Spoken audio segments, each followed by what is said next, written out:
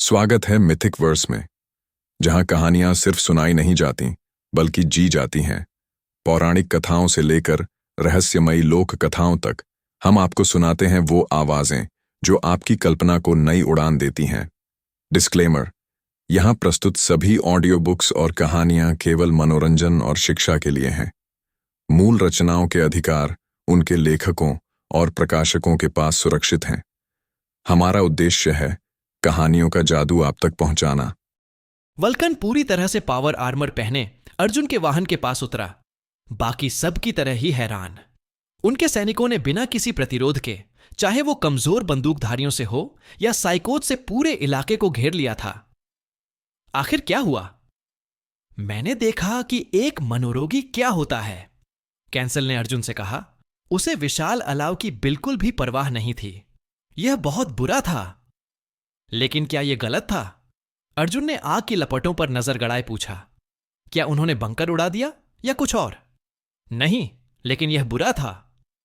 Sparrow, report करो, vulcan ने intercom पर आदेश दिया। मेटा का कोई संकेत?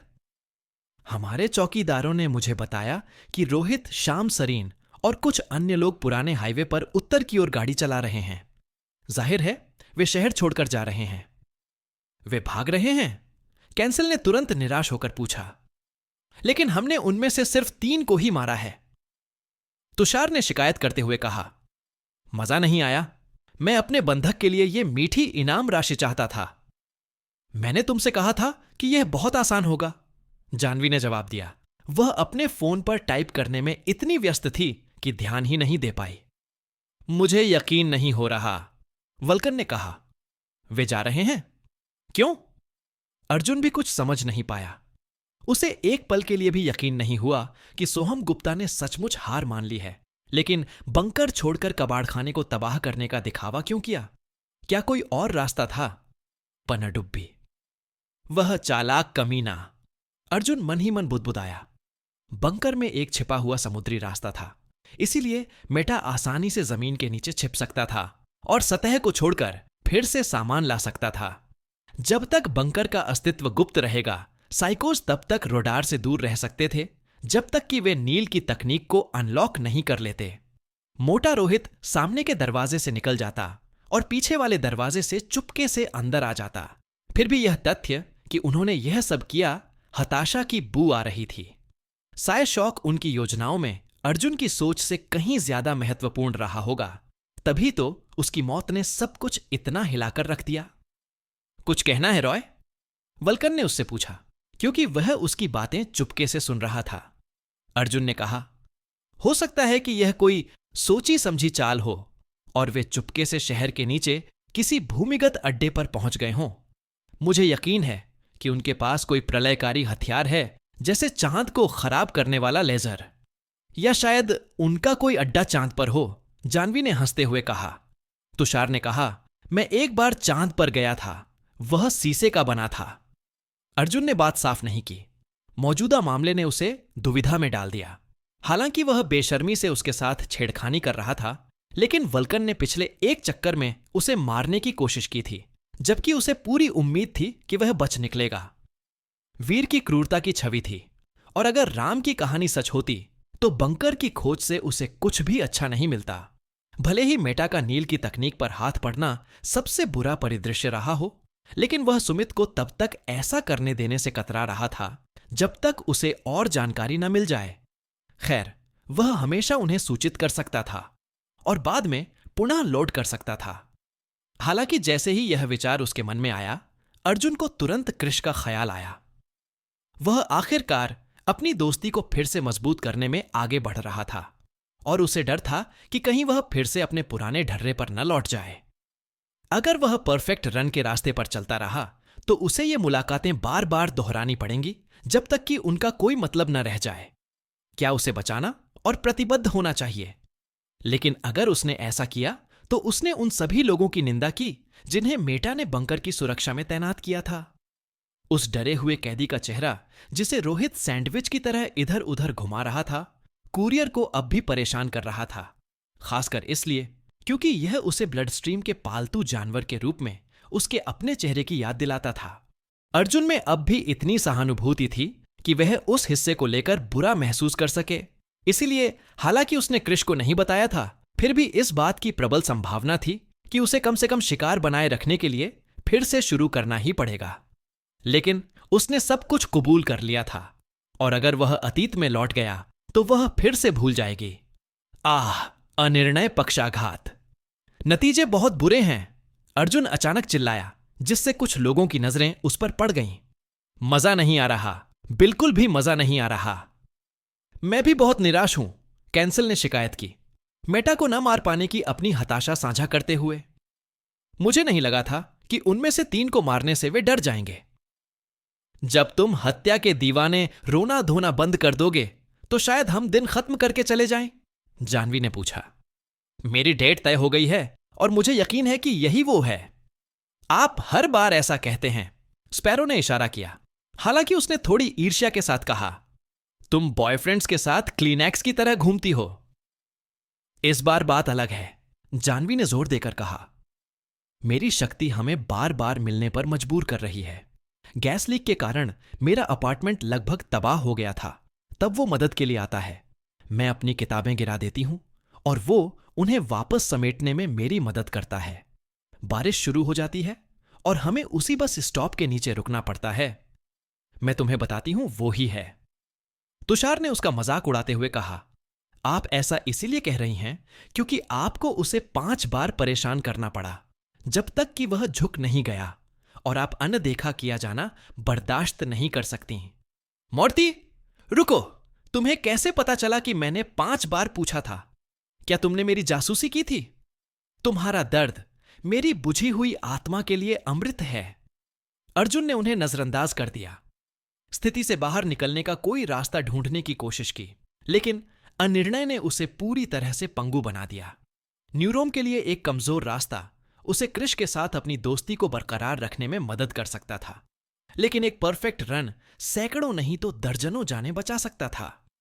क्या उसे बेहतर विकल्प की उम्मीद में मेटा को नील के बंकर तक पहुंचने का जोखिम उठाना चाहिए, या उसे सुमित पर भरोसा करना चाहिए कि वह जिम्मेदार है? क्या उसे वाइवर्न को सूचित करना चाहिए? सदियों में पहली बार अर्जुन को परस्पर विरोधी परिणामों का सामना करना पड़ा और इससे वह निराश हो गया। उसे यह समझने के लिए और समय चाहिए था। वल्कन, क्या हम उसका पीछा करें? स्पैरो ने बातचीत बीच में ही रोक दी। मैं दुविधा में हूं, वल्कन ने स्वीकार किया। मैं अपने नए कवच को परखने के लिए बेचैन हूं, लेकिन यह हमें किसी जाल में फंसाने का एक छल हो सकता था, और हमारा काम रस्ट टाउन को फिर से अपने कब्जे में लेना था, और हमने कर दिखाया। यदि मेटा इतनी समझदार है कि हमारे रास्ते में ना आए तो उन्हें डरने दीजिए, जाह्नवी ने कहा। स्पष्ट रूप से जितना संभव हो उतना कम करने का दृढ़ संकल्प। पुराने जमाने की खातिर एक छोटी सी वेजी भी नहीं? अर्जुन ने शांत होते हुए पूछा। इस लूप का अंत चाहे जो भी हो, मेटा को बाकी सबकी भलाई के लिए मरना ही था। मैं तो उनमें से आधे को मार भी सकता हूं। यह सम्मान और क्षेत्र है जो मायने रखता है, रॉय, वल्कन ने उत्तर दिया। अगर आप उन्हें जाने देंगे तो वे बाद में वापस आ जाएंगे, अर्जुन ने तर्क दिया।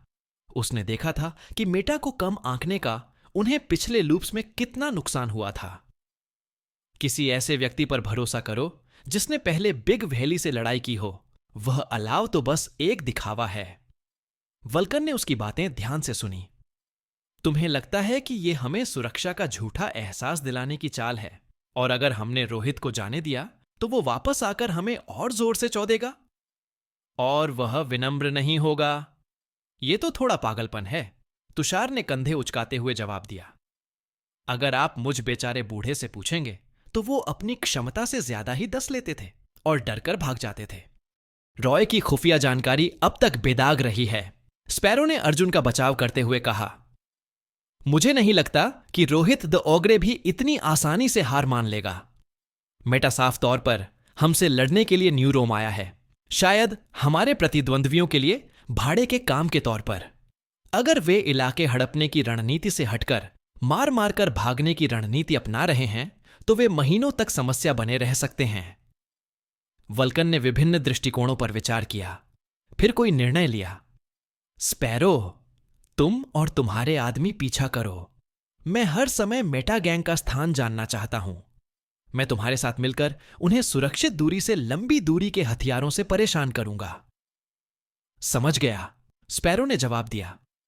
तुम बाकी बच्चे आग से निपट लोगे इससे पहले कि वह रस्ट टाउन के बाकी हिस्सों में फैल जाए।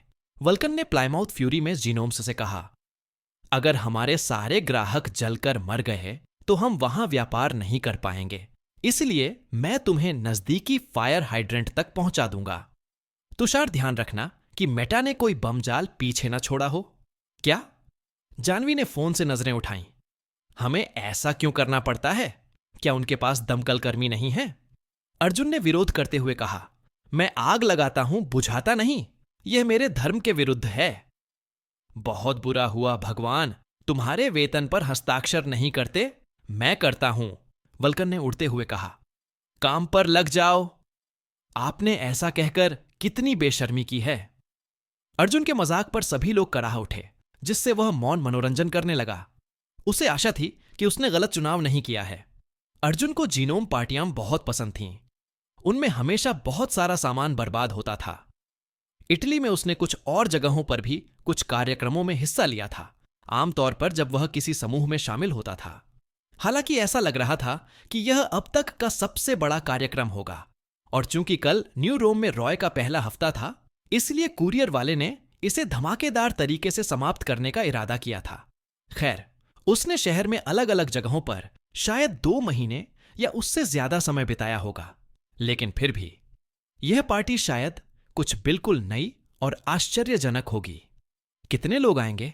अर्जुन ने पूछा, अपने हमेशा के ट्रेंच कोट, टोपी और मास्क को बदलकर एक क्लासी गहरे बैंगनी रंग का सूट पहन लिया।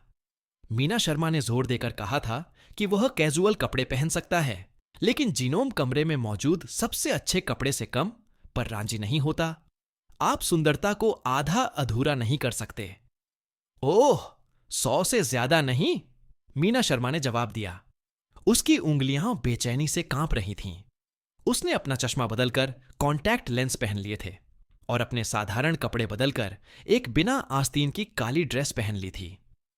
इस बीच उसके बॉयफ्रेंड ने एक साधारण नीली शर्ट और काली पैंट पहन रखी थी। और टूना पिज्जा चाहिए क्या? प्रिया ने सोफे पर लेटे लेटे फोन पर टाइप करते हुए पूछा। उस बेस्वाद काली भेड़ ने तो अच्छे कपड़े पहनने की जरा भी कोशिश नहीं की थी।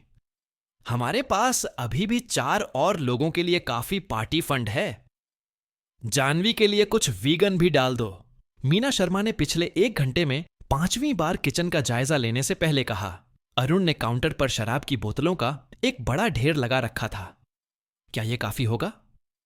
यह सबसे तेज शराब है जो मुझे मिल सकी, अरुण ने जवाब दिया, बारटेंडर का काम करने का इरादा रखते हुए और कॉकटेल बनाने में पहले से ही व्यस्त। चूंकि जीनोम का मेटाबॉलिज्म सामान्य मनुष्यों की तुलना में ज्यादा कुशल था, इसलिए उन्हें शराब का असर महसूस करने के लिए सामान्य से 10 गुना ज्यादा खुराक की जरूरत थी। अर्जुन ने कहा, मेरी कार में सिर्फ जीनोम से जुड़ी चीजें हैं, लेकिन आप अंधेरे में चमकने लगेंगे और अदृश्य चीजें देखने लगेंगे। चिंता मत करो, अरुण ने जल्दी से कहा। जानवी कुछ तेज दवाएं ला रही है और मैं कह रहा हूं पार्टी पिल्स। नहीं सोनाली, मीना शर्मा ने तनाव भरे चेहरे से पूछा। नहीं सोनाली, उसके बॉयफ्रेंड ने उसे दिलासा दिया। तभी किसी ने दरवाजे की घंटी बजाई। अंदर आ जाओ। पहले मेहमानों ने दरवाजा खोला। मीना शर्मा बेचैनी से अर्जुन के बगल में खड़ी थीं जब वे अंदर गए। बाहर रात हो चुकी थी और हालांकि पार्टी 8 बजे शुरू होने वाली थी, ज्यादातर मेहमान फैशन के हिसाब से देर से आने वाले थे। सभी को नमस्कार। जाह्नवी घर में दाखिल हुई। उसके पीछे उसका बॉयफ्रेंड और लगभग 15 साल की एक छोटी लड़की भी थी। लकी लेडी ने सुनहरे रंग की पोशाक पहनी थी जो सामान्य से भी ज्यादा भड़कीली थी, जबकि उस किशोरी ने इतने बेस्वाद कपड़े पहने थे कि अर्जुन उसे देखते ही उसे एक दर्जी की दुकान पर घसीटने की इच्छा से बच नहीं सका। जाह्नवी का डैड अर्जुन की उम्र का ही था। छोटे सजे धजे भूरे बाल, नीली आंखें और एक खूबसूरत काला फॉर्मल सूट। अपनी गर्लफ्रेंड की तुलना में वह काफी सादा लग रहा था, लेकिन कुरियर को उसमें से एक गहरी ऊर्जा महसूस हुई। वास्तव में वह थोड़ा परिचित सा लग रहा था। रहस्यमयी लड़के ने तुरंत कुरियर वाले को पहचान लिया, जिसने उसकी तरफ हाथ हिलाया। हाय, मैं अर्जुन हूं। मैं कहूंगा कि मैं अमर हूं, लेकिन शायद तुम्हें यह पहले से ही पता हो। मनीष, उस आदमी ने हल्की सी मुस्कान के साथ अर्जुन से हाथ मिलाते हुए जवाब दिया। मनीष मार्टेल। जिस तरह से वह चलता था, उसकी आभा आवाज में हल्का सा बदलाव। मुझे पता है हम मिले हैं। अर्जुन ने पानी का परीक्षण करते हुए प्रसन्नतापूर्वक उत्तर दिया। तुमने किया? जाह्नवी ने पूछा। मनीष की मुस्कान थोड़ी फीकी पड़ गई। चूंकि उसने इस बार उस भाग्यशाली महिला के बाल नहीं काटे थे, इसलिए वह अर्जुन के प्रति ज्यादा उदार लग रही थी। मैट, तुमने मुझे बताया क्यों नहीं? हाँ मैट, तुम आमतौर पर बहुत पारदर्शी किस्म के आदमी हो। अर्जुन ने उसे आंख मारी। मुझे उम्मीद है कि तुम कुछ और नहीं छिपाओगे। मैट का पोकर चेहरा अपनी डेट के सवाल का जवाब देते हुए भी सख्त बना रहा। उस समय यह बात जरूरी नहीं लगी। जाह्नवी, तुम अपनी बहन को लेकर आई हो? मीना शर्मा ने गोरी औरत से पूछा। हालांकि उसकी नजरें उस किशोरी पर ही टिकी थीं। क्या वो इस तरह की पार्टी के लिए बहुत छोटी नहीं है? मैं लगभग 15 साल की हूं, छोटी लड़की ने मुंह बनाया। हालांकि वह अपनी बहन की तरह कोई टॉप मॉडल नहीं थी, लेकिन समय के साथ वह शायद एक आकर्षक लड़की बन जाएगी। उसके छोटे हल्के भूरे बाल, समुद्री नीली आंखें और दिल के आकार का चेहरा था। 14.5 साल की, जाह्नवी ने उसे चिढ़ाते हुए कहा। उसकी छोटी बहन ने उसकी बांह पर चुटकी काटी। हाय, मैं पायल हूं, पायल वेरन। किशोरी ने सबको देखकर खिलखिलाकर मुस्कुराया। उर्फ सेरेस। मुझे अभी भी यकीन नहीं हो रहा कि वीर ने मुझसे पहले तुम्हें ओलंपियन नाम दे दिया, जाह्नवी ने शिकायत की। उसके बॉयफ्रेंड ने नजरें फेर लीं। काश रोहन पागल ना होता तो हम डायना और अपोलो बन जाते। क्या उसने आपके संदेशों का जवाब दिया? मीना शर्मा ने चेहरे पर चिंता के भाव के साथ पूछा। काश, जाह्नवी ने गुस्से से अपनी बाहें क्रॉस करते हुए शिकायत की। कसम से जब वो वापस आएगा तो। अगर वह वापस आ गया तो, पायल ने उदास चेहरे से जवाब दिया। शायद उसे किसी कार ने टक्कर मार दी होगी, अर्जुन ने कहा। बाकी लोग उसे घूर रहे थे। अच्छा, वो तो बिल्ली है, या फिर ये बहुत जल्दी हो गई? वो वापस आ जाएगा, जाह्नवी ने जिद करते हुए अरुण और मीना शर्मा की तरफ देखा। क्या तुम मदद नहीं कर सकते? उसे फोन करो। दोनों ने एक दूसरे को शर्मिंदगी भरी नजरों से देखा, जिनमें से एक पछतावे से भरी थी। उसने घर अच्छे रिश्ते में नहीं छोड़ा, अरुण ने धैर्य से कहा। रोहन को खुद को समझने के लिए समय चाहिए। लेकिन मनीष ने अपनी गर्लफ्रेंड के जिद करने से पहले ही उसके हाथ पर हाथ रख दिया। वह उससे ज्यादा समझदार लग रहा था, हालांकि यह मुश्किल नहीं था। डायनामिस पथ पर एटॉमिक कैट से बात करने के बाद अर्जुन ने जल्दी से 2 और 2 जोड़ लिए। उसे अच्छी तरह से अंदाजा हो गया था कि उसकी बिल्ली दोस्त सुमित छोड़ने की वजह क्या थी, यानी मीना शर्मा की स्थिति। अर्जुन को एक और बात परेशान कर रही थी। रोहन नामक बिल्ली ने बताया कि उसकी बहन पायल को गोद लिया गया था और वह एक निश्चित विवरण से मेल खाती थी। क्या ऐसा हो सकता है? इस पार्टी ने पहले ही बहुत सारे आश्चर्य का वादा किया था। लुईगी यहां नहीं है? जाह्नवी ने कमरे पर नजर डालते हुए पूछा। जब लड़कियां होती हैं तो वह आमतौर पर जल्दी आ जाता है। नहीं, हॉकी किलर ने उस पर फिर से हमला किया जब उसका अंगरक्षक बाथरूम ब्रेक पर था, अरुण ने भौहें चढ़ाकर जवाब दिया। हमलावर ने लुईगी को सलामी खाने पर भी मजबूर किया। Hockey killer? अर्जुन ने पूछा। उसी समय चौंकी हुई जाह्नवी ने कहा, एक सलामी? शायद ये वही पागल है जिसने पहले लुईगी पर हमला किया था, अरुण ने आह भरते हुए जवाब दिया। और हां, एक सलामी। मुझसे मत पूछो क्यों। कहते हैं मेटा के चले जाने से शहर ज्यादा सुरक्षित है, लेकिन मुझसे पूछो तो यहां पहले से ही काफी पागल हैं। यह कोई निगरानी समूह हो सकता है, अर्जुन ने कहा। कोई खूबसूरत आदमी जिसके पास न्याय की अजीब समझ है, जो एक हाथ में हॉकी और दूसरे हाथ में सॉसेज लेकर अपराध से लड़ रहा है। तो फिर उसने सिर्फ लुईगी पर ही हमला क्यों किया? प्रिया ने सोफे से इशारा किया। उसे अपनी जगह से उठने में आलस आ रहा था। नहीं, बकवास करने वाले, ये तो बस छोटा मोटा बदला है। अगर मुझसे पूछो तो वो कमीना इसी का हकदार था, हमेशा गलत सवाल पूछता रहा है। जो भी हो, इस हॉकी किलर को वो मिलेगा जिसका वो हकदार है। अरुण ने जाह्नवी की तरफ देखते हुए दृढ़ता से कहा। अब जब मेटा गैंग न्यू रोम से जा चुका है तो क्या तुम इस पर गौर करोगी? वल्कन ने हमें अभी तक रिहा नहीं किया है, जाह्नवी ने शिकायत की। हालांकि हमने रस्ट टाउन साफ कर दिया था और स्पैरो ने उन पागलों को धरती के कोने कोने तक खदेड़ दिया था। खैर, अर्जुन यह तो नहीं कहेगा कि उन्होंने रस्ट टाउन साफ कर दिया है।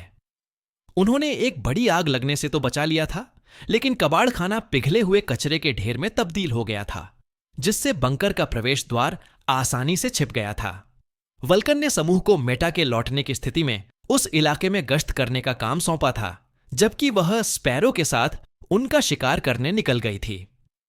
अर्जुन को तब से कोई खबर नहीं मिली थी। हालांकि उसने सुना था कि दोनों महिलाएं पार्टी में शामिल होंगी।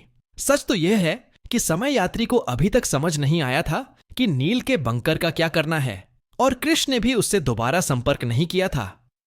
उसे उम्मीद थी कि यह पार्टी उसे तनाव मुक्त और मन को शांत करने में मदद करेगी।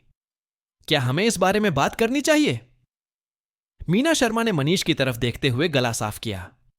माफ करना, लेकिन चिंता मत करो, उसने हमें अच्छी तरह पहचान लिया है, अर्जुन ने मुस्कुराते हुए कहा। मार्टेल को और अधिक असहज करने में उसे खुशी हो रही थी। हां, मुझे यकीन है कि आप में से कोई हॉकी किलर है, उस आदमी ने उसी खुशमिजाज चेहरे के साथ जवाब दिया। काश मैंने आपका भेद नहीं खोला होता। सबने इसे मजाक समझा और हंस पड़े। अर्जुन से ज्यादा जोर से कोई नहीं, छुप छुप कर। कोई बात नहीं चित्तर, मैं अपने मनीष की गारंटी लेती हूं, जाह्नवी ने अपने पति के कंधे पर सिर रखते हुए कहा। यही है, मनीष ने गंभीर भाव से उत्तर दिया। मैंने केवल दूसरी डेट के लिए सहमति दी थी। यह तो होने ही वाला है, चाहे आप इसे पसंद करें या नहीं। आप दोनों की मुलाकात कैसे हुई? मीना शर्मा ने पूछा। तुम्हें याद है पिछले हफ्ते मेरे तीसरे अपार्टमेंट में गैस लीक हो गई थी? जाह्नवी ने पूछा। मैं खिड़की से गिरकर बाल बाल बची थी और मनीष ने मुझे बचा लिया था। नहीं, तुम्हारी शक्ति ने तुम्हें बचा लिया, मनीष ने भावशून्य चेहरे से उसे सुधारा। मुझे उम्मीद नहीं थी कि तुम तीसरी मंजिल से मुझ पर गिरोगी। यह बिल्कुल अप्रत्याशित था, जाह्नवी ने कहा। यह पहली नजर का प्यार था। ऐसा नहीं था, उसके बॉयफ्रेंड ने विरोध किया। मैंने पूछा था कि तुम ठीक तो हो, और जब मैंने जाने की कोशिश की क्योंकि मेरे कुछ और प्लान थे, तो तुम मुझ पर चिल्लाने लगीं। हां, जाहिर है मैं गुस्से में थी, जाह्नवी ने विरोध किया, जबकि बाकी लोग हंस पड़े। दुनिया की सबसे खूबसूरत औरत तुम्हारी गोद में गिर पड़े और तुम्हें उसे बिगाड़ने के लिए कहे क्योंकि वह परेशान है, और तुम मना करने की हिम्मत कैसे करोगे? हां, मनीष ने बेबाकी से जवाब दिया। जाहिर था वह जाह्नवी के आकर्षण से अछूता था और जाह्नवी उसे बर्दाश्त नहीं कर पा रही थी। क्या तुम्हारे लिए तो मेरी दुनिया ही रुक गई थी? हां, होना ही चाहिए था। और उसने बिना किसी व्यंग्य के यह बात कही। जब मैं लड़कों को देखती हूं तो वे मेरे पैरों पर गिर पड़ते हैं, लेकिन तुम तो चले गए। संगीत कब शुरू होगा? पायल ने आखिरकार बोल ही दिया। इतने सारे बुजुर्ग लोगों की मौजूदगी में वह थोड़ी शर्मा रही थी, लेकिन जैसे जैसे लोगों ने एक दूसरे से बातचीत की, उसका आत्मविश्वास बढ़ता गया। यहां बहुत सन्नाटा है। अरुण ने अर्जुन की ओर देखा, जिसने उन्हें डीजे दिखाया। एक जार में रखा मस्तिष्क टीवी और लाउडस्पीकर से जुड़ा हुआ था और मीना शर्मा के चूहों से घिरा हुआ था। आप एक जीनियस निर्मित साइबर ब्रेन का इस्तेमाल डीजे के तौर पर करते हैं? पायल ने पूछा। हालांकि बाकियों के उलट वह परेशान होने की बजाय ज्यादा उत्साहित लग रही थी। बहुत बढ़िया, मीना शर्मा ने अफसोस भरी सांस लेते हुए अर्जुन से कहा। मुझे तुम्हें प्लेलिस्ट का ध्यान रखने के लिए नहीं कहना चाहिए था। पछतावा उनके लिए है जिन्हें पता ही नहीं कि वो क्या चाहते हैं, अर्जुन ने डीजे ब्रेन को एक्टिवेट करते हुए जवाब दिया। अब देखो, मस्तिष्क ने संगीत बजाना शुरू कर दिया और जैसे ही उसने संगीत बजाया, उसके टैंक के अंदर से एक रोशनी चमक उठी। जैसे ही ग्रे मैटर की रक्षा करने वाले तरल का रंग बदला, उपयुक्त संगीत के साथ एक नाइट क्लब जैसा माहौल बन गया। आकर्षक प्रिया ने संगीत की धुन पर सिर हिलाते हुए स्वीकार किया।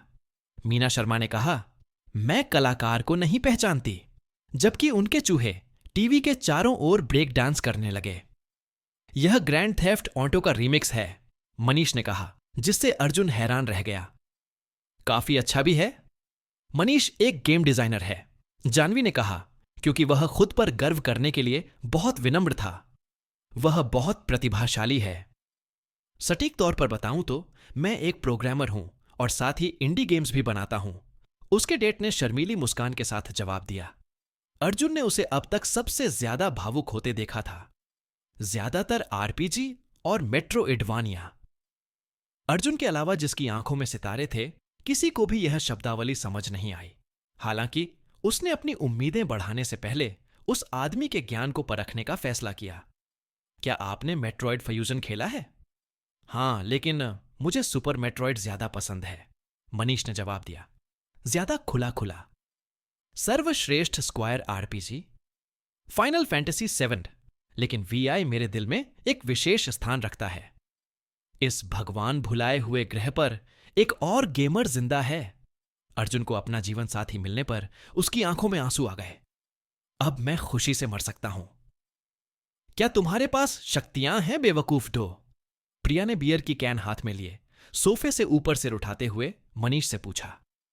वैसे नाम प्रिया है? प्रोग्रामर ने सिर हिलाया। एक बेडरूम शायद आपका भूरे रंग से रंगा हुआ है, जिसके एक कोने में 30 बियर के कैन और एक मोटरसाइकिल मैगजीन रखी है। वाह ब्लू! प्रिया ने उसकी बात पूरी होने से पहले ही कंधे उचका दिए। अगर तूने किसी को बताया कि पलंग के नीचे क्या है तो मैं तुझे मार डालूंगी। मनीष छोटी सी परिधि में सब कुछ देख सकता है, जाह्नवी ने गर्व से मनीष का हाथ थामते हुए कहा। वह अपनी प्रेमिका से कहीं ज्यादा खुलेआम स्नेह जताने में असहज लग रहा था। अर्जुन को लगा कि वह उसे पार्टी में घसीट कर ले आई है। उफ, ये तो कुछ भी नहीं है। पायल ने रसोई से एक चाकू उठाया और फिर उसे अपने अंगूठे पर उठाया। देखो, इससे पहले कि कोई कुछ समझ पाता, उसने अपना अंगूठा काट लिया। खून की एक बूंद लकड़ी की छत पर गिर पड़ी। वह तरल पदार्थ तेजी से एक बुलबुले में बदल गया और फिर हरे रंग में बदल गया। फिर उसका आकार बदल गया। इस अजीब मिश्रण से सींग पैर रोए, उग आए। 5 सेकंड बाद समूह की नजर एक सुंदर सफेद बकरी पर पड़ी। यह बहुत प्यारा है, मीना शर्मा ने आश्चर्य से कहा, जबकि अरुण गर्मजोशी से मुस्कुराया। मैं अपने खून से जीवन पैदा कर सकती हूं। पायल ने शेखी बघारी। उसके नए पालतू जानवर की चीख निकल गई। कुछ भी ज्यादा जटिल या बड़ा नहीं, लेकिन मैं किसी भी तरह का जानवर, पौधा, यहां तक कि चिमेरा भी बना सकती हूं। आप किसी भी प्रकार का बकरा बना सकते हैं? अर्जुन ने अब अत्यंत उत्सुकता से पूछा। निश्चित तौर पर क्यों? कुरियर ने इस शुद्ध हृदय वाली लड़की को उसकी बड़ी बड़ी आंखों में गहराई से देखा और फिर 2 शब्द फुसफुसाए जो उसे हमेशा के लिए भ्रष्ट कर देंगे। बकरी की लड़ाई। पायल ने अर्जुन को ऐसे देखा जैसे वो कोई जीनियस हो, और वो था भी। और फिर एक दूसरा बकरा बनाया, काले बालों वाला, जन्मजात, लड़ाकू, सुनहरी आंखों वाला। कौन सा ले लो अर्जुन? उसने पूछा। दोनों बकरियां एक दूसरे को घूर रही थीं। काला। वह पहले से ही अप्रयुक्त बाजार को देख सकता था। पायल ने आखिरकार 8 बकरियां बना लीं, क्योंकि नए मेहमान भी इसमें शामिल होने आए थे।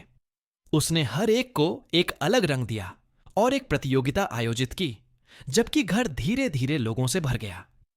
कुछ लोग सोफे के चारों ओर घेरा बनाकर अंतिम लड़ाई देखने लगे थे। जाओ मां विकेट! अर्जुन ने अपनी चैंपियन का उत्साहवर्धन किया, आधा फ्रेंच में और आधा अंग्रेजी में। वह अपनी प्रतिद्वंद्वी से भिड़ गई, प्रतियोगिता की विजेता के रूप में अपनी सही जगह का दावा करने के लिए तैयार। तुम कर सकती हो शुभ निगुराट। तुमने ही इसे नाम दिया है बकवासी? प्रिया ने पूछा, एक सुनहरे बकरे पर दांव लगाते हुए, और अजीब तरह से लड़ाई में डूब गई थी। उसकी गांड मारो! दुर्भाग्य से उसका जानवर शुभ निगुरट की अदम्य क्रूरता के आगे ज्यादा देर तक टिक नहीं सका। काली बकरी किसी तरह अपनी प्रतिद्वंद्वी को एक तरफ धकेलने में कामयाब रही, और वह शर्मनाक निर्वासन में अन्य पराजित प्रतियोगियों के साथ शामिल हो गई। हां हां! अर्जुन ने तुरंत अपनी काली बकरी को सहलाया, जिसने आत्मसंतुष्ट आत्मविश्वास से अपना सिर उठाया। दर्शकों ने तालियां बजाईं, हालांकि पायल जितनी जोर से नहीं। तुमने कर दिखाया, तुमने कर दिखाया। मुझे यकीन है कि तुमने समय रोककर धोखा दिया है। प्रिया ने सिगरेट खत्म करते हुए बड़बड़ाया। तमाशा खत्म होने के बाद ज्यादातर मेहमान एक कोने में बैठकर बातें करने या ड्रिंक लेने चले गए। अगर वह गोरी होती तो क्या तुम ऐसा कहती? अर्जुन ने शुभ निगुरट के कान सहलाते हुए उस पर आरोप लगाया। दरअसल उसने एक बार धोखा किया था, लेकिन सिर्फ जानवी के साथ। उसकी बेतहाशा किस्मत को देखते हुए उसे किसी तरह बराबरी का मुकाबला करना ही था। खैर, लकी गर्ल बुरी तरह हारी और अपने प्रेमी के साथ प्रतियोगिता छोड़कर चली गई। दोनों किचन बार में चले गए थे, जहां जाह्नवी अपना समय अपने प्रेमी का प्रचार करने में बिता रही थी, जो भी सुनने को तैयार था। अरुण, जो हमेशा लोगों से घुलने मिलने वाला था, कॉकटेल बनाते हुए मनीष से दोस्ताना बातचीत में मशगूल रहा। हालांकि प्रोग्रामर सतर्क रहा। मीना शर्मा हर नए मेहमान का स्वागत करती और हर पल उसकी उत्सुकता बढ़ती जा रही थी। सभी मेहमान जीनोम थे और उनमें से ज्यादातर ने विज्ञापन दिए थे। एक टेलीकाइनेटिक, जिसे अर्जुन ने रेनेस्को के ग्राहकों में से एक के रूप में पहचाना, ने ड्रिंक्स को इधर उधर घुमाकर बार चलाने में अरुण की मदद की, जबकि एक आग बुझाने वाला यंत्र हवा से जलती हुई आकृतियां बनाकर एक लड़की को दिखा रहा था। जीनोम्स को जानते हुए अर्जुन निराश हो जाएगा यदि पार्टी एक या दो विस्फोटों के साथ समाप्त नहीं हुई। क्या आप मुझ पर बकरी जातिवाद का आरोप लगा रहे हैं? प्रिया ने उसे बातचीत में वापस ला दिया। अब हम बकरियों का क्या करें? पायल ने पूछा। उसकी बनाई हुई बकरियां मीना शर्मा के चूहों के साथ खेलने लगी थीं, जो बड़ी बकरियों के ऊपर चढ़ रहे थे। ज्यादातर मेहमान उन्हें मजे से देख रहे थे और कुछ भूख से। तुम एक भेड़िया बनाओ उन्हें खाने के लिए, अर्जुन ने सुझाव दिया। उसका बकरी रक्षक उसकी ओर देख रहा था। सिर्फ हारने वालों को शुभ निगुरत, सिर्फ हारने वालों को। और उसके बाद हम भेड़िए से कैसे छुटकारा पाएंगे? प्रिया ने कठिन प्रश्न पूछा, उसे कोने में धकेलने की उम्मीद में। अर्जुन ने सरल उपाय बताया। तुम एक भालू बनाओ जो भेड़िए को खा जाए। मैं भालू नहीं बना सकती, पायल ने प्रिया के साथ सोफे पर बैठते हुए खिलखिलाकर जवाब दिया। बहुत मोटा है। तो फिर हम कहेंगे कि उसके और भेड़िए के बीच कौन जीतेगा? भेड़िया, ये तो कोई मुकाबला ही नहीं है, प्रिया ने पायल को बियर की कैन देते हुए कहा। कुछ चाहिए ओवरगोट? मां बाप ने कहा था कि अगर मैं शराब न पीऊं तो जा सकती हूं, पायल ने उंगलियां जोड़ते हुए जवाब दिया। और फादर टॉर्क ने कहा था कि शराब आत्मा के लिए जहर है। क्या तुम्हें यहां अपने माता पिता या कोई पुजारी दिख रहा है? यकीन मानो, किसी भी चीज में जहर घुलने में 10 गुना ज्यादा वक्त लगेगा। प्रिया ने हैरान पायल के हाथों में डिब्बा थमा दिया, जो उसे साफ झिझक से देख रही थी। क्या तुम्हें आसपास कोई सुंदर लड़का दिख रहा है बकवास करने वाली? मुझे भूख लगी है। यह तो इस पर निर्भर करता है कि मैं खुद को इसमें शामिल करूं या नहीं, अर्जुन ने मजाक में कहा, क्योंकि बाकी सब तो तुलना में बहुत निराश महसूस करेंगे। तुम मेरे टाइप के नहीं हो बकवादी। मुझे तो चुप रहने वाले और मजबूत टाइप वाले पसंद हैं, और तुम तो बहुत ज्यादा बोलते हो। प्रिया ने दरवाजे की तरफ देखा। हालांकि घुड़सवार सेना तुम्हें बचाने आ रही है। मीरा और स्पैरो सामने के गेट से अंदर आ चुकी थीं। पहली महिला ने साधारण कपड़े पहने थे, जबकि दूसरी ने लाल गाउन पहना हुआ था। उनके साथ एक तीसरी महिला भी थी, जो बेहद खूबसूरत लाल बालों वाली महिला थी, और उसने हरे रंग की एक शानदार पोशाक पहनी हुई थी। उसने अपने बालों का जूड़ा बांध रखा था और गरिमामय दिखने की कोशिश कर रही थी, लेकिन अर्जुन ने उसकी पन्ने जैसी निगाहों में एक चंचल लोमड़ी जैसी क्रूरता की झलक देखी। साफ तौर पर वह 7 हत्यारों में से एक थी। अर्जुन को यह समझने में एक पल लगा कि तीनों हत्यारे एक 20-20 साल की युवती को साथ ले जा रहे थे। एक खूबसूरत रानी जैसी महिला, जिसके लंबे प्लैटिनम जैसे बाल थे, लगभग चांदी जैसे। अपनी साथियों के उलट उसने बहुत ही पारंपरिक कपड़े पहने थे और पूरी तरह काले रंग के, जिससे उसकी गोरी त्वचा उभर कर आ रही थी। वह गंभीर महिला कमरे को देख रही थी। उसकी नीली आंखों में एक उदासीनता सी झलक रही थी। उसके चेहरे पर एकदम पूरी तरह से बोरियत थी। रॉय उसके पास जाने के लिए आधे से अधिक उत्सुक था, लेकिन जब उसने उसके भावहीन चेहरे को अच्छी तरह देखा तो वह पीछे हट गया। वह उसके आराम के लिए एक युवा प्लूटो की तरह लग रही थी। मीरा ने उसे देख लिया और अपनी हमेशा की तरह बनावटी मुस्कान दी, जबकि गोरी महिला स्पैरो और लाल बालों वाली महिला से कुछ बातें बुदबुदाती रही। उसे सामाजिक मेलजोल में कोई दिलचस्पी नहीं दिख रही थी और वह एक कोने में बने बार की ओर बढ़ गई जहां वह शराब पीने लगी। वैम्प, प्रिया ने ठुड्डी से लाल बालों वाली औरत की ओर इशारा करते हुए कहा। वो एक कुतिया है और अपने पार्टनर को पूरी तरह से चूस लेती है, इसलिए उसके पास मत जाना। जाहिर है तुम नैश और मीरा से पहले ही मिल चुके हो। नैश गौरैया के लिए बढ़िया उपनाम। और प्लैटिनम मत करो, प्रिया बोली। उसकी आवाज अब शरारती नहीं रही। सच में उसके पास मत जाना। लेकिन यह हीना है, पायल ने ऐसे कहा जैसे सब कुछ समझ आ गया हो। मैं तुम्हारी लाश नहीं साफ कर रही ब्लैबर माउथ, इसलिए सोशल डिस्टेंसिंग का ध्यान रखो। प्रिया ने रात का अपना चौथा सिगरेट पीते हुए कहा। वैम्प तुम्हें छुदाई करते हुए मार डालेगी, लेकिन हीना के साथ तुम इतनी दूर नहीं जा पाओगे। क्या वह मुझे एक नजर से पत्थर में बदल सकती है? अर्जुन ने पूछा। तुम्हें हीना से नहीं, उसके पिता से डरना चाहिए, प्रिया ने अशुभ भाव से उत्तर दिया। पायल ने अर्जुन को बताया। और उसने मेरे भाई को डेट किया। तो वह बिल्ली प्रेमी है? पायल ने उसकी बांह पर चुटकी काटी। यह बेवकूफी थी, उसने मुस्कुराते हुए कहा। किशोर, क्या तुम मेरी बहन के साथ डेट पर नहीं जाना चाहते अर्जुन? हम हर वीकेंड बकरियों की लड़ाई कर सकते हैं। मुझे पूरा यकीन है कि वो पहले ही किसी के साथ रह चुकी होगी, प्रिया ने मेहमानों को देखते हुए हंसते हुए कहा, फिर एक आह भरी। जाहिर है उसे अभी तक कोई पसंद नहीं आया था, लेकिन मुझे वो लड़का पसंद नहीं, पायल ने शिकायत करते हुए बियर का डिब्बा खोलते हुए कहा। वो कभी कभी मुझे घूरता है, बहुत डर लगता है। काश मेरी बहन जल्द ही उससे ऊब जाए। मैं अभी इसका निपटारा करता हूं। अर्जुन ने उदासीन गेम डिजाइनर की तरफ देखा और उस पर चिल्लाने लगा। अरे मैटी! मनीष मार्टेल ने उसकी ओर देखा। वह स्पष्ट रूप से परेशान था। मेरे लिए एक ड्रिंक ले जाओ और बाहर पॉप कल्चर पर बात करोगी? तुम पर अभी भी एक बकाया है।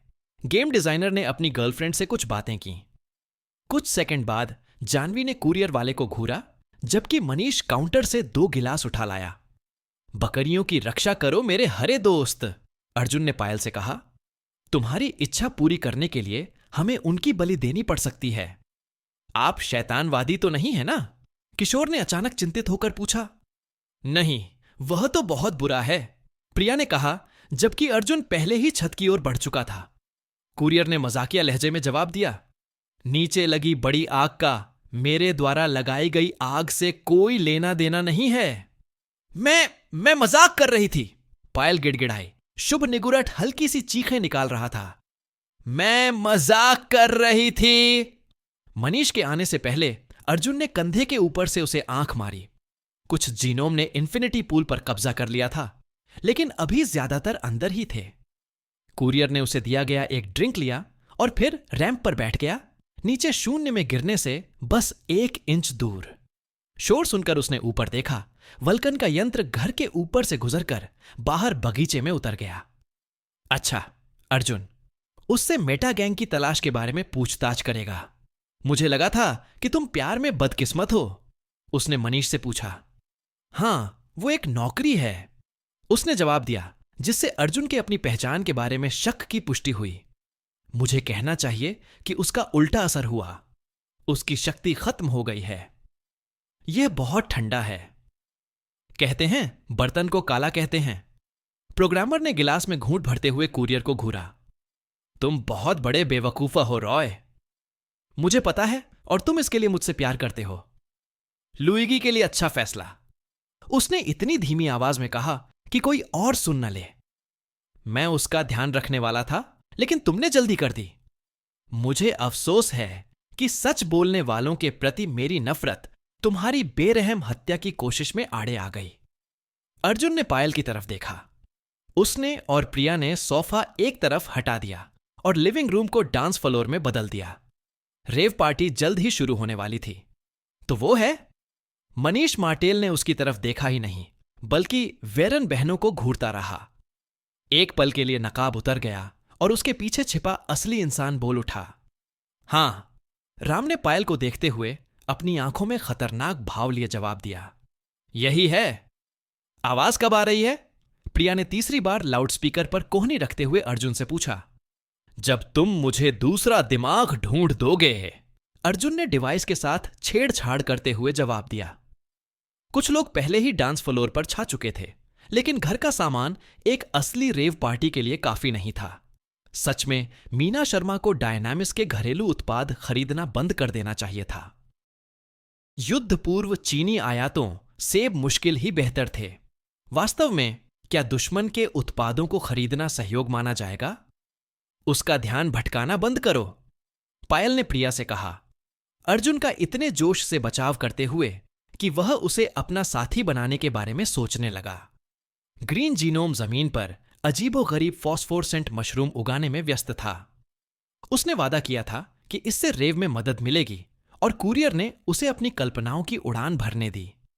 रॉय ने मनीष की तरफ देखा, जो जाह्नवी और किलर 7 के दूसरे सदस्यों से बात कर रहा था।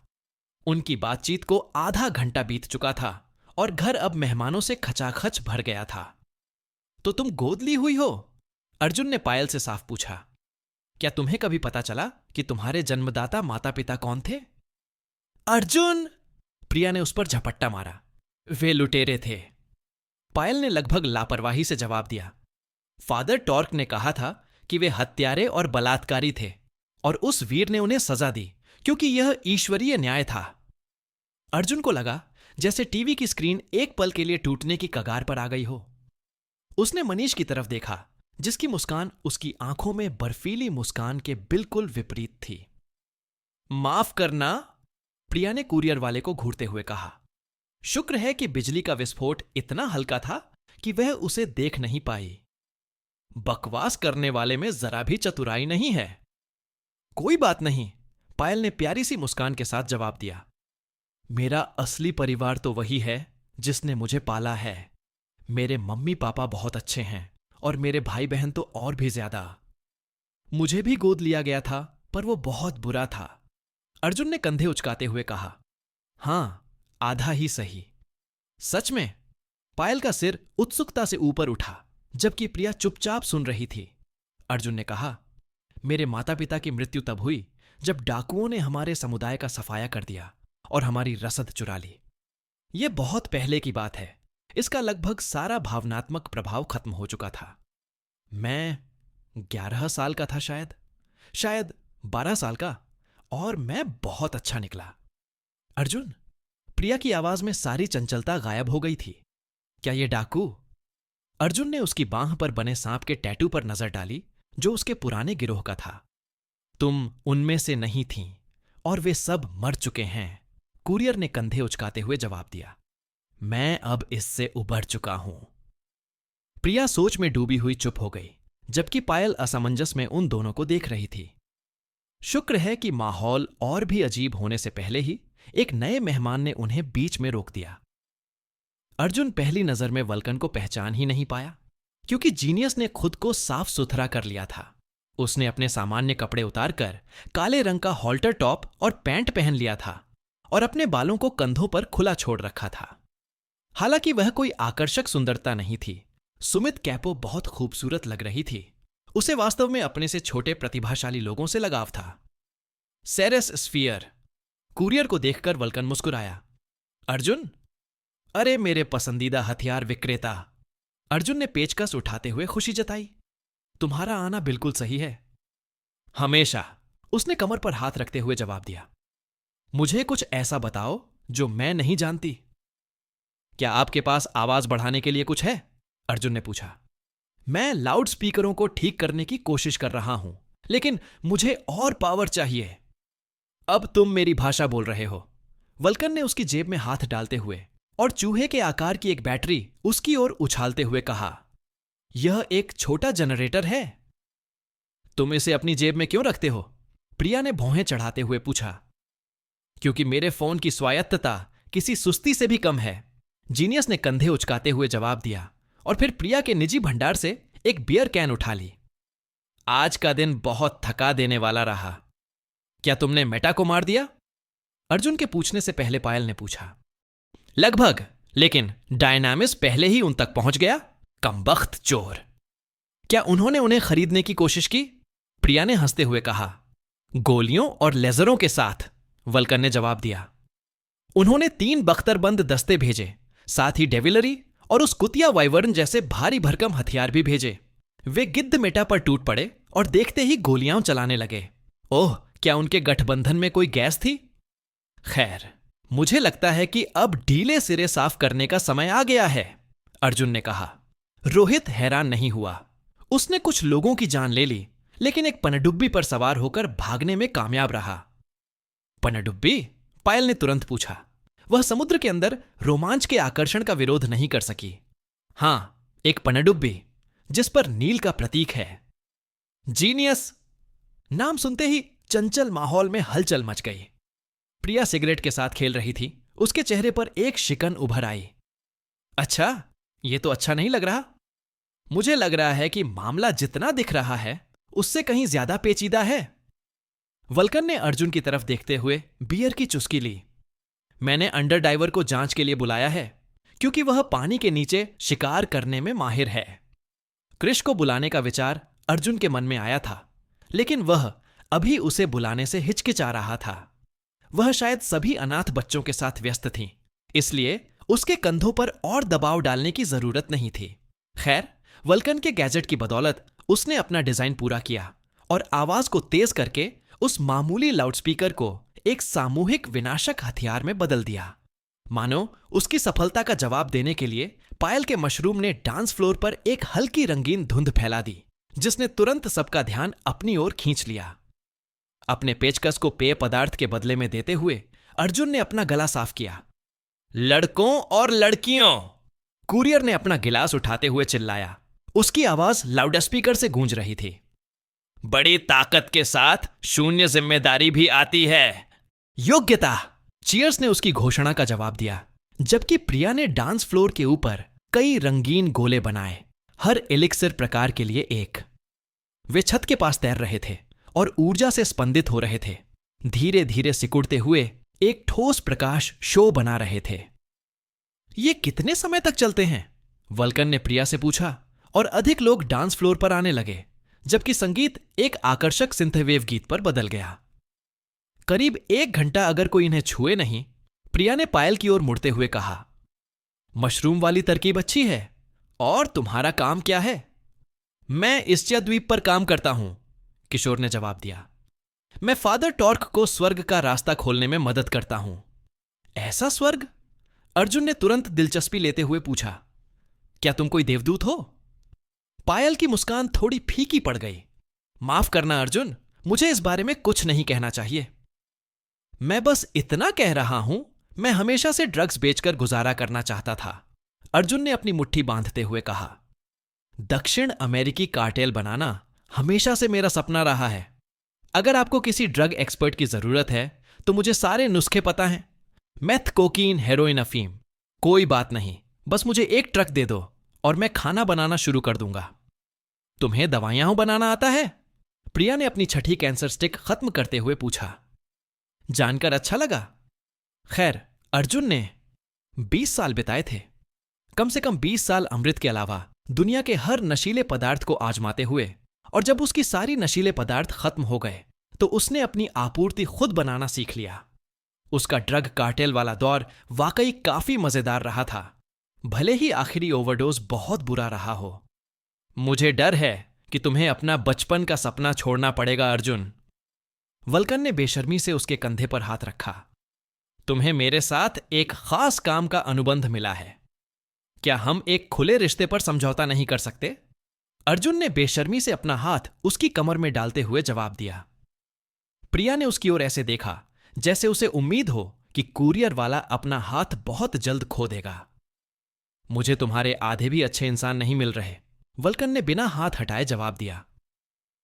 तो अब तो बस मौत तक साथ निभाने की बात है, प्रिया ने मजाक में कहा। आप काम की बात कर रहे हैं या कुछ और? वो आ सकते हैं, पायल ने कहा, जो अर्जुन से दोबारा मिलने के लिए उत्सुक थी। फादर टॉर्क का कहना है कि उपकरणों को अपडेट करने की जरूरत है, खासकर सुरक्षा व्यवस्था को। बैकस को तकनीक के बारे में कुछ भी नहीं पता, वल्कन ने जवाब दिया। उसकी खुशी निराशा में बदल गई। और हां, तुम्हारे प्यारे द्वीप की रखवाली एक भूत कर रहा है। श्री गीस्ट कहते हैं कि वह एक ही समय में हर जगह नहीं हो सकते और वह किसी भी समय स्वर्ग जा सकते हैं। कृपया, अर्जुन ने बिल्ली के बच्चे की प्यारी निगाहों का अनुकरण करते हुए वल्कन से पूछा। शुरू मत करो। वल्कन ने आंखें घुमाईं, फिर डांस फ्लोर की तरफ देखा। तुम्हें डांस करना आता है? अगर मैं कहता हूं कि मैं अद्भुत हूं तो मैं विनम्र हो रहा हूं। चलो इस शेखी को परखें, ठीक है? दोनों ने ड्रिंक्स एक तरफ रख दिए और दूसरे जोड़ों के साथ डांस फ्लोर पर चले गए। जल्दी ही जाहिर हो गया कि वल्कन को ज्यादा तजुर्बा नहीं था, लेकिन अर्जुन तो हर तरह के डांस में माहिर था, इसलिए उसने उन्हें आगे बढ़ाया। मनीष ने भी जाह्नवी के साथ डांस किया और ऐसा लग रहा था कि जाह्नवी को इसमें अपनी उम्मीद से ज्यादा मजा आ रहा था। क्या ऐसा कुछ है जो आप नहीं हैं? अच्छा है, वल्कन ने अर्जुन से पूछा। वह अपनी उंगलियों पर उसका पसीना महसूस कर सकता था। उसकी सांसें तेज हो रही थीं। आइस स्केटिंग, वल्कन ने जवाब में ठाका लगाया और अर्जुन शायद मुस्कुरा भी देता अगर उसे दूर से किसी के नजर आने का अप्रिय एहसास न होता। एक सरसरी नजर ने उसे तुरंत बता दिया कि कौन है। हीना ने बार से उसे देखा। उसकी नजर पहले तो हैरानी से, फिर उलझन से। उसने पास खड़ी स्पैरो से सवाल पूछने शुरू कर दिए और हालांकि अर्जुन होंठ पढ़ सकता था, लेकिन रोशनी की वजह से उसे कुछ समझ नहीं आ रहा था। हालांकि उसने उस रहस्यमयी महिला का ध्यान अपनी ओर खींच लिया। यह शायद उसके आकर्षक व्यक्तित्व का ही कमाल था। भाड़ में जाओ! अर्जुन और वल्कन ने अपना उन्मत्त नृत्य रोक दिया जब उन्होंने शोर के बीच से अरुण की आवाज सुनी। तलवारबाज ने एक अग्नि नियंत्रक को, जिसे अर्जुन ने पार्टी के दौरान पहले देखा था, उसकी कमीज से पकड़ा हुआ था और वह उसे मारने के लिए तैयार दिख रहा था। मेहमान के हाथ में एक टूटा हुआ इनहेलर था जो नीले लगभग फॉस्फोरेसेंट द्रव्य से भरा था। लगता था किसी बेवकूफ ने अरुण के नियमों को नजरअंदाज करके सोनाली को पार्टी में बुला लिया था। और मीना शर्मा। चिटर का चेहरा पीला पड़ गया और वह कांपती हुई उस दवा को देख रही थी। वह मानो लकवाग्रस्त हो गई थी और कुछ भी बोल नहीं पा रही थी। एक पूर्व नशेड़ी को अपने निजी जहर का सामना करना पड़ रहा था। सोनाली को तरल या गैस के रूप में लिया जा सकता था और यह जीनोम को प्रभावित करने के लिए पर्याप्त शक्तिशाली थी। इसकी लत भी बहुत लगती थी, जिसका प्रमाण अर्जुन खुद दे सकता था। इसे आजमाने के बाद वह कभी भी दौड़ पूरी नहीं कर पाया और हालांकि उसे इस लत से छुटकारा पाने का केवल एक ही तरीका मिला था, लेकिन यह बहुत दर्दनाक था। इसके छिपे हुए दीर्घकालिक दुष्प्रभावों का तो जिक्र ही नहीं। उस बेवकूफ ने विरोध करने की कोशिश की, जबकि अरुण जानलेवा लग रहा था। यह कोई खूबसूरत नजारा नहीं था, क्योंकि वह मेडमैन एक लंबा चौड़ा भालू जैसा शरीर वाला लड़ाकू था। हालांकि उसने अपने हाथों से कोई लेजर हथियार नहीं निकाला था, लेकिन उसके चेहरे पर काले गुस्से के भाव से साफ जाहिर था कि वह मुश्किल से खुद को रोक पा रहा था। उसकी सामान्य दयालुता के विपरीत यह दृश्य और भी ज्यादा अप्रिय लग रहा था। वास्तव में अर्जुन ने उसे इतना क्रोधित तभी देखा था जब लुइगी ने कुछ लूप्स में उसकी घुसपैठ का खुलासा किया था। लेकिन भाड़ में जाओ! अरुण ने जीनोम को पीछे फेंकने से पहले गुर्राते हुए कहा। उसकी आवाज जहरीली हो गई। कभी वापस आने की जहमत मत उठाना। मेहमान ने इधर उधर देखा, दूसरे मेहमानों की घूरती निगाहों से घिरा हुआ और डरे हुए चेहरे और इनहेलर के साथ दरवाजे की ओर बढ़ा। सब ठीक है? अरुण ने तुरंत अपनी प्रेमिका से पूछा। उसका डरा हुआ चेहरा फिर से एक दयालु चेहरे में बदल गया। हां, मीना शर्मा ने कहा, हालांकि उसका मतलब साफ तौर पर यह नहीं था। ठीक है, ठीक है। अरुण ने सुरक्षा के लिए उसकी कमर पर हाथ रखा और फिर जब वह और वल्कन उस जोड़े के पास पहुंचे तो अर्जुन की ओर मुड़ गए। जनबाटो ने माफी मांगी। गड़बड़ी के लिए माफ करना। तुम्हारा घर, तुम्हारे नियम। वल्कन ने घर के प्रवेश द्वार की ओर देखते हुए कहा।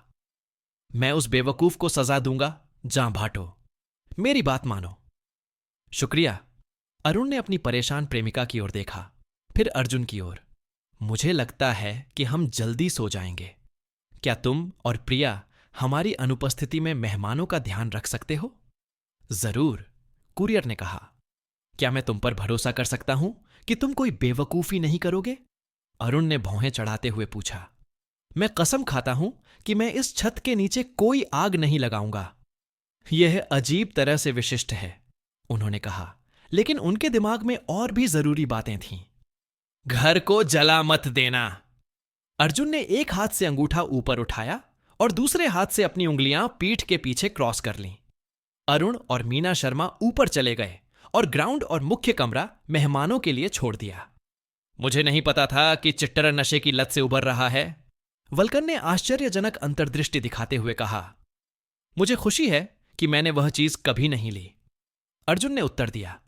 अपनी ही आपूर्ति से नशे में मत रहो। स्कारफेस, वह उसके हैरान चेहरे पर मुस्कुराई। मैं भी फिल्में देखती हूं, शायद किसी दिन तुम्हें भी कुछ दिखाऊं। इससे पहले कि वे डांस फ्लोर पर लौट पाते, स्पैरो उनके पास पहुंची। रॉय, बॉडीगार्ड ने गला साफ किया। मिस हीना आपसे बात करना चाहती हैं। किस बारे में? वल्कन ने पूछा। उसका स्वर इश्कबाजी से गंभीरता में बदल गया। मुझे नहीं पता, स्पैरो ने जवाब दिया। लेकिन अगर तुम चाहो तो आ सकते हो। अर्जुन और वल्कन ने एक दूसरे को देखा और हालांकि जीनियस इससे साफ तौर पर नाखुश थी, लेकिन वह इस अनुरोध को अस्वीकार करने को भी तैयार नहीं दिख रही थी। हिना का संगठन में या कम से कम उसके पिता का स्पष्ट रूप से प्रभाव था। हिना काउंटर पर कॉकटेल से खेलती हुई उनका इंतजार कर रही थी। मीरा और वैम्प ने उसके चारों ओर एक सुरक्षा घेरा बना लिया था, जिससे उसे भीड़ में एक सुरक्षित जगह मिल गई। उसकी नजरें उत्सुकता और दिलचस्पी के मिले जुले भाव से अर्जुन पर टिकी थीं। क्या तुम वहां हो? हिना ने अर्जुन से पूछा। उसकी आवाज में शांत आत्मविश्वास झलक रहा था। शायद नहीं, अर्जुन ने जवाब दिया। क्या हम कभी यकीन कर पाएंगे कि हम सचमुच मौजूद हैं? जैसे कि क्या आप शारीरिक रूप से वहां हैं या आप एक मतिभ्रम हैं? अर्जुन ने कहा। सच्चे मतिभ्रम यह नहीं पूछते कि वे असली हैं या नहीं। इसी तरह मैं उन्हें अलग अलग पहचानता हूं। हीना ने जवाब में हंसी, लेकिन वल्कन का चेहरा एक अस्पष्ट मुखौटा बना रहा, क्योंकि उसने अपना सवाल पूछा। क्या तुम्हें यह पहले से नहीं पता होना चाहिए, राजकुमारी? अगर मेरी शक्ति उस पर काम करे तो जरूर करूंगी, हीना ने जवाब दिया। वह इस बात से अजीब तरह से खुश लग रही थी। ऐसा नहीं है। जहां तक पता है, मेरे सामने वाला आदमी है ही नहीं, वल्कन ने भौहें चढ़ाईं। मतलब तुम उसे किसी दूसरे ब्रह्मांड में नहीं देख सकते? हाँ, नहीं, जो नामुमकिन होना चाहिए। हिना ने स्पष्ट जिज्ञासा से अर्जुन को देखते हुए कहा। मेरा नाम हिना सुमित या मिनर्वा है। क्या आप ब्लू हैं? शायद व्हाइट? नहीं, मैं स्मर्फ नहीं हूं। मैं मैजेंटा रंग के ज्यादा करीब हूं। वायलेट? ओह, तो तुम रॉय होगे। मेरी चाची ने तुम्हारे बारे में बताया था। तुम्हें पता है मैं अमर हूं? अर्जुन ने प्रसिद्ध होने की खुशी में उससे पूछा। मैंने पहले किसी को नहीं बताया। मुझे इस बात का पूरा यकीन है, उसने एक चमकदार मुस्कान के साथ जवाब दिया, जिससे अर्जुन अजीब तरह से असहज हो गया। रुको हीना सुमित, जैसे कि मुख्य परिवार में वो प्लूटो की भतीजी थी और प्रिया ने कहा था कि उसे उसके पिता से डरना चाहिए। अर्जुन का दिल धड़क उठा। तुम्हारे पापा कौन हैं? उसने पुष्टि के लिए पूछा। युवती की मुस्कान और चौड़ी हो गई और उसने खिड़की से बाहर उसके पार माउंट वेयर की ओर देखा। अरे, वीर प्रजनन कर सकता है। मैं वैकल्पिक वास्तविकताओं को देख और उनसे जुड़ सकती हूं, हीना ने समझाया। मैं तुम्हें सारे उबाऊ विवरण नहीं दूंगी, लेकिन मैं किसी भी स्थिति के अलग अलग रूप देख सकती हूं, यहां तक कि एक इंसान के भी। लेकिन किसी कारण से मेरी शक्ति तुम्हें ध्यान में नहीं रख पाती। अगर ऐसा है तो कोई आश्चर्य नहीं कि वह पहले से ही इतनी ऊबी हुई लग रही थी। अगर वह माफिया राजकुमारी कई वास्तविकताओं को समझ सकती थी, तो शायद उसे पार्टी शुरू होने से पहले ही पता चल गया होगा कि पार्टी कैसी होगी। जब तक अर्जुन खुद इस तस्वीर में नहीं आ गए, उन्होंने कहा दिलचस्प है, और उस जानकारी को बाद के लिए नोट कर लिया। तुमने कहा था कि तुम अपने वैकल्पिक स्वरूपों के साथ ओवरलैप करती हो, वल्कन ने अपनी डांस पार्टनर से कहा। शायद इसीलिए तुम्हारी शक्तियां एक दूसरे में दखल देती हैं। खैर, सिवाय इसके कि उसने उस हिस्से के बारे में झूठ बोला था और अर्जुन अपनी धोखाधड़ी का खुलासा किए बिना उन्हें अपना सिद्धांत नहीं बता सकता था। मैं अपनी जिज्ञासा दबा नहीं सकती, हीना ने स्वीकार किया। मीरा भी मुझे कुछ भी देखने से तभी रोकती है जब वह मुझ पर अपनी शक्ति का प्रयोग करती है, वरना मैं उसे ठीक से देख सकती हूं। यह स्थिति मेरे लिए सचमुच पहली बार है।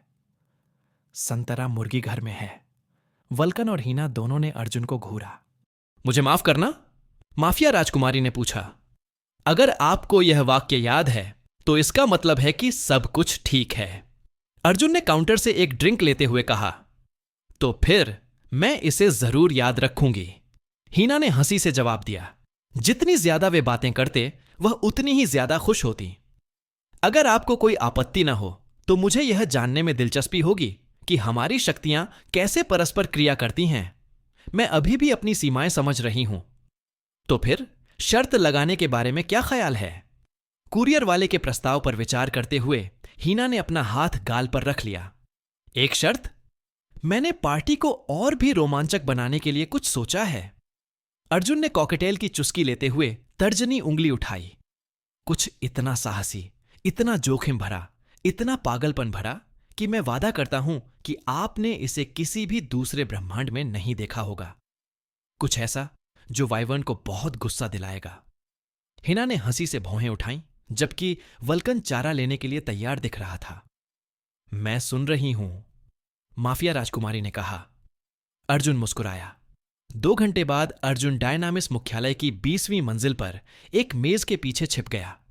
उसने एक नया बैंगनी सूट पहना हुआ था, जबकि एक बख्तरबंद वल्कन निजी सुरक्षा कर्मियों के साथ गोलीबारी में लगा हुआ था। शर्मा, कुलदीप राव ने कुरियर वाले पर बंदूक तान दी और गुस्से से लताए उसे घेरने लगीं। ये कश्मीरी सूट उतारो। उन्होंने अपनी अलमारी के लिए जो कुछ किया। गोलीबारी से कुछ मिनट पहले अर्जुन वल्कन के पीछे उसकी मशीन के अंदर बैठी थी। दोनों साथी कंप्यूटर स्क्रीन के जरिए डायनामिस के मुख्यालय पर नजर रख रहे थे। टावर किसी खेल की आखिरी काल कोठरी जैसा लग रहा था, जहां हर मंजिल पर लगातार खतरनाक दुश्मन पहरा दे रहे थे और बॉस सबसे ऊपर था। अर्जुन के मन में आत्महत्या करने का मन कर रहा था, लेकिन वह फिर कभी। उसका सूट उसका इंतजार कर रहा था। क्या आपको गाड़ी चलाते समय शराब पीनी चाहिए? कुरियर ने वल्कन से पूछा, जिसने अभी अभी वोदका की एक बोतल खत्म की थी। मैंने अभी तक इतनी नहीं पी है कि कोई असर महसूस हो, उसने जवाब दिया और एक छिपा हुआ डिब्बा खोलकर खाली बोतल उसमें रख दी।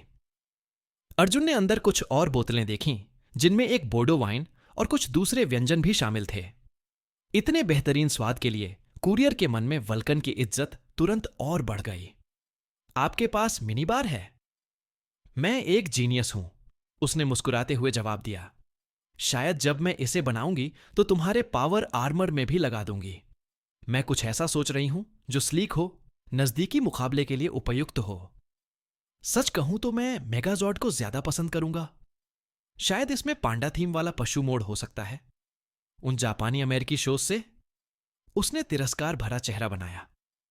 वे तो बिल्कुल घटिया किस्म के हैं। अरे, मेरे बचपन पर थूको मत, अर्जुन ने आंखें सिकोड़ते हुए शिकायत की। रुको, तुमने भी देखे हैं? मैंने प्रेरणा के लिए कई विज्ञान कथा टीवी सीरीज देखी। वल्कन ने थोड़ी शर्मिंदगी के साथ स्वीकार किया, फिर विषय बदल दिया। खैर, मैंने उस इलाके का स्कैन पूरा कर लिया है और अब हम ठीक हैं।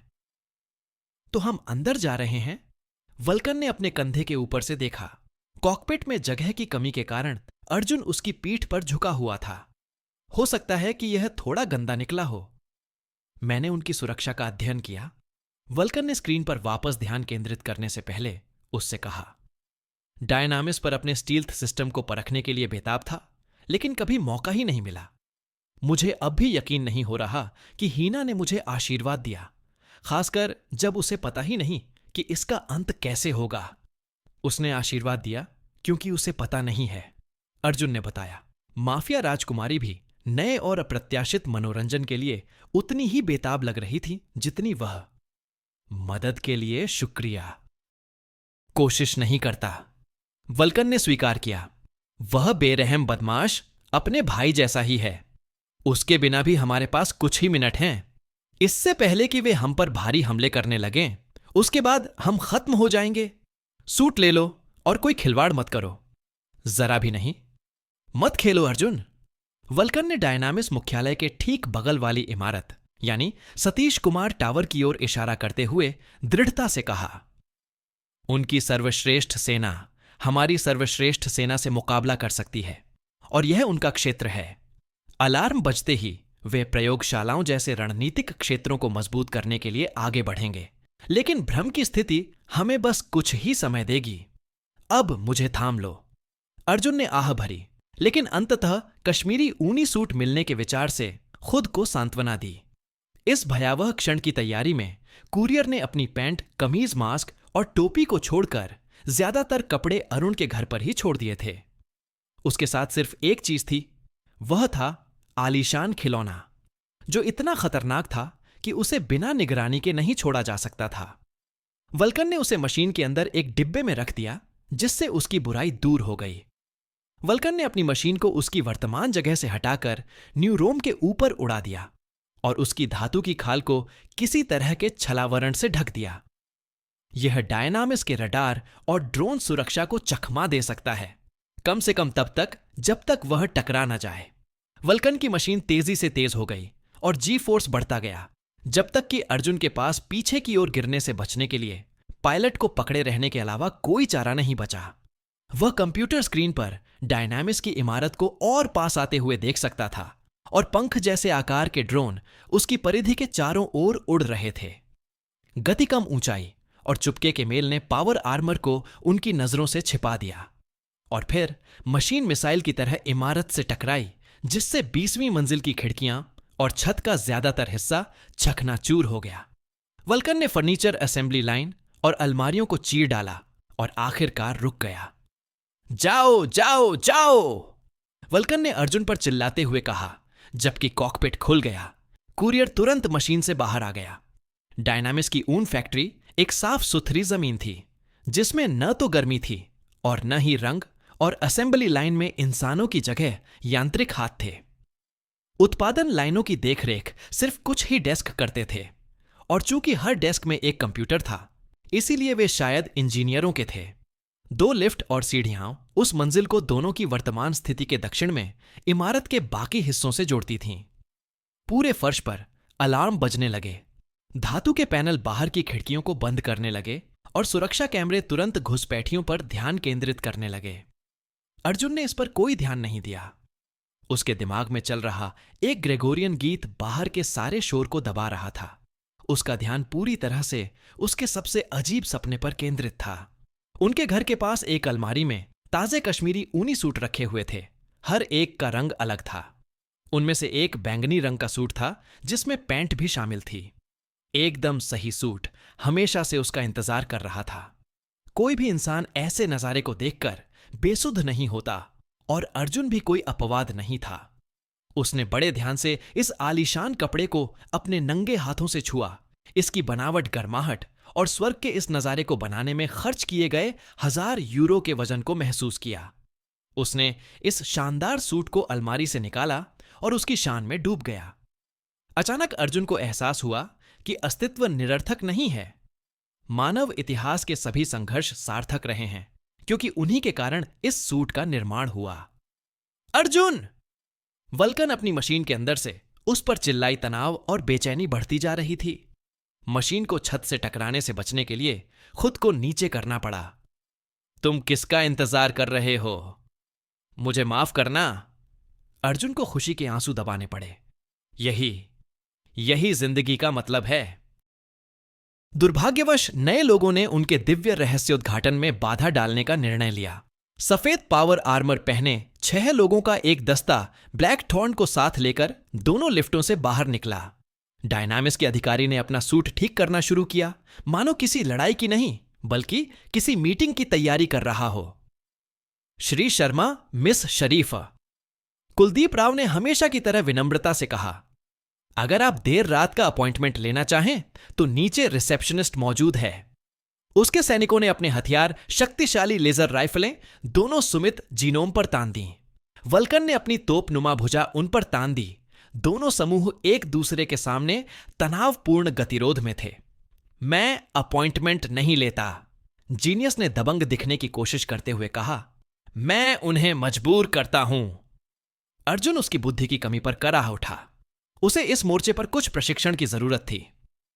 तुम्हारा हमला नाकाम होना तय है, कुलदीप ने ठंडे आत्मविश्वास से कहा। लैब सुरक्षित हैं, डॉन राव किसी दूसरी जगह पर है और हमारे हीरो किसी भी पल वहां पहुंच जाएंगे। मुझे समझ नहीं आ रहा कि तुम यहां क्या करने की कोशिश कर रहे हो, लेकिन ऐसी कोशिश करना भी आत्महत्या के समान था। ओह, 1 मिनट ठीक है, अर्जुन ने वल्कन के मेक की ओर बढ़ते हुए जवाब दिया। हमने अभी अभी अपनी खरीदारी पूरी की है और अब हम अपने रास्ते पर चलेंगे। तुम्हें नहीं मिलेगा। ब्लैकथॉर्न अचानक रुक गया। बातचीत में पहली बार किसी बात ने उसका संयम भंग किया।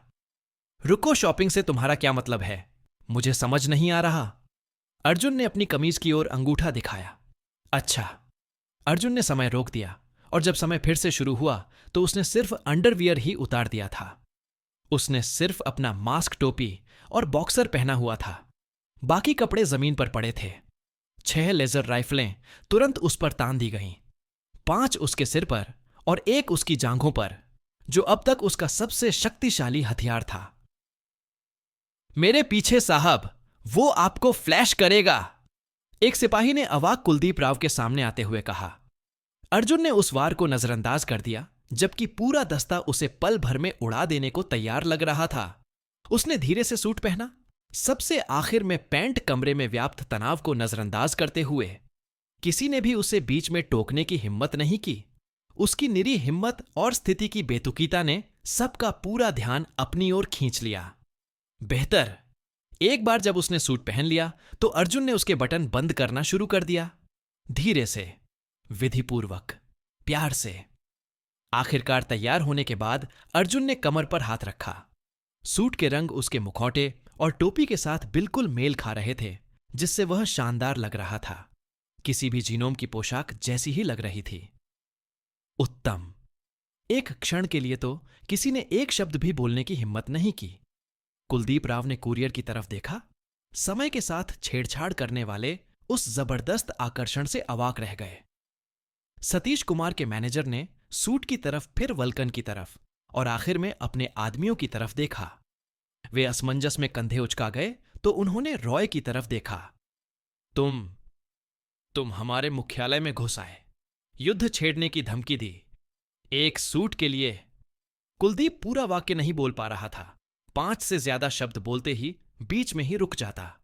वह बार बार हाथ ऊपर नीचे करता रहा, मानो किसी बात की ओर इशारा कर रहा हो, लेकिन अपनी बात पूरी नहीं कर पा रहा था। एलिक्सिर के लिए नहीं, या डॉन राव के लिए नहीं, बल्कि एक सूट के लिए। ब्रांड मैनेजर डायनामिस विज्ञापन की तरह कठोर और बेजान हो गया। सर, बख्तरबंद सिपाही ने कुलदीप की ओर मुड़कर अपनी राइफल रॉय की जांघों पर तान दी। सर, हम क्या करें? सर, आप ऐसा नहीं कर सकते। यह एक भटकाव होना चाहिए। आप इतने बेवकूफ नहीं हो सकते। मुझे लगता है कि तुमने उसके दिमाग को खराब कर दिया है, रॉय। वल्कन ने जोर से सोचा। उसकी तोप वाली भुजा अभी भी डायनामिस के स्क्वाड्रन की ओर इशारा कर रही थी। कुलदीप ने अपना सिर हिलाया, अभी भी अपना संयम वापस नहीं पा सका। मैं इस सरासर बेवकूफी को समझने की कोशिश कर रहा हूं। ओह, अर्जुन ने कहा, और मैंने सोचा था कि तुम ही होशियार हो। इस ताने ने ब्लैकथॉर्न को तुरंत हरकत में ला दिया। उसके बिजनेस सूट पर लगा गुलाब एक छोटी तोप के आकार का हो गया और उसने रॉय पर तीखे कांटों की बौछार कर दी। रॉय ने समय रोकने और सबसे नजदीकी मेज के पीछे छिपने के जुगाड़ से खुद को बचा लिया। वल्कन ने तुरंत अपने हथियारों से जवाबी हमला किया, लेकिन एक बख्तरबंद सैनिक ने अपने शरीर से कुलदीप को ढाल बना लिया। पावर आर्मर ने तोपखाने के गोले का प्रतिरोध किया, हालांकि इससे अंगरक्षक लड़खड़ा गया। बाकी स्क्वाड्रन ने लेजरों से जवाबी हमला किया और सबसे पहले वल्कन को निशाना बनाया। गोली मारो इनको! कुलदीप ने अपने सूट में छिपी एक बरेटा बंदूक उठाते हुए आदेश दिया। गुस्से का एक हल्का सा भाव उसके संयम को तोड़ रहा था। उसका गुलाब उसकी पोशाक से गिर गया और विशाल आकार में बढ़ने लगा और कांटेदार लताओं के एक घृणित समूह में बदल गया। अर्जुन ने मेज के ऊपर से झांका, लेकिन जल्दी से उसके पीछे छिप गया, एक लेजर उसके सिर से बमुश्किल बचकर उसकी प्यारी टोपी को जलाकर राख कर गया। स्थिति एक खुली गोलीबारी में बदल गई थी। लेजर और तोप के गोले हर दिशा में उड़ रहे थे। उनके ऊपर छत रहने लगी कुर्सियां और कार्यालय का सामान बढ़ते हुए गड्ढों से नीचे गिरने लगा। शर्मा! कुलदीप राव ने कुरियर वाले पर बंदूक तान दी और गुस्से से लताएं उसे घेरने लगीं। ये कश्मीरी सूट उतारो, पीछे हटो! अर्जुन अपनी छुपती हुई जगह से चिल्लाया जब उसने मेज पर कुछ पेंसिलें और एक सूट का स्केच देखा। मेरे पास राउंड अप की एक बोतल है और मैं इसे इस्तेमाल करने से नहीं डरता। इस बार तो तुम लोग हद ही कर गए। कुलदीप अपने अहंकार को ठेस पहुंचाते हुए गुर्राया। तुम्हें लगता है यह कोई खेल है? क्या तुम नशे में हो? स्वाभाविक है। अर्जुन ने समय रोक दिया क्योंकि चारों तरफ से बेलें उस पर झपट रही थीं, मेज के ऊपर से छलांग लगा रही थीं और पेंसिलें छीन रही थीं। जब समय फिर से शुरू हुआ तो ब्लैकथॉर्न के म्यूटेंट गुलाब ने उस जगह को कुचल दिया जहां कुरियर छिपा रहता था।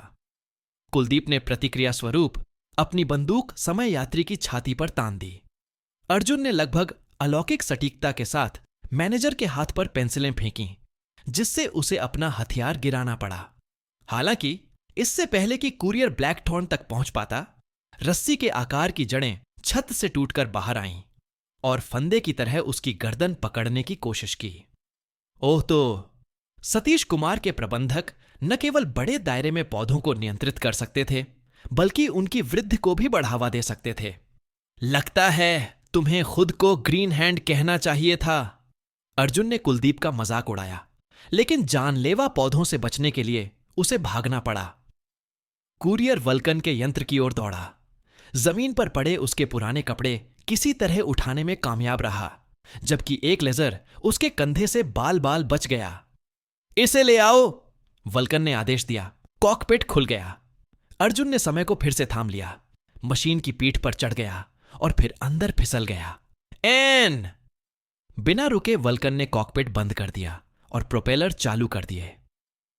मशीन सीधे खिड़कियों पर लगे धातु के पैनलों से होकर उड़ गई लेजरों और मोटी लताओं को झटकते हुए।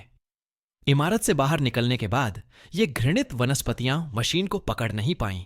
कुलदीप खिड़की के छेद से उसे घूर रहा था। उड़ते हुए डायनामिक्स ड्रोनों ने तुरंत उसका पीछा किया और वल्कन पर गोली चला दी, जिसके जवाब में वल्कन ने अपनी गति बढ़ा दी। अर्जुन को जीनियस को कमर से पकड़ना पड़ा ताकि वह तीव्र जी फोर्स से पीछे न गिर जाए, क्योंकि मशीन भूमध्य सागर की ओर उड़ गई।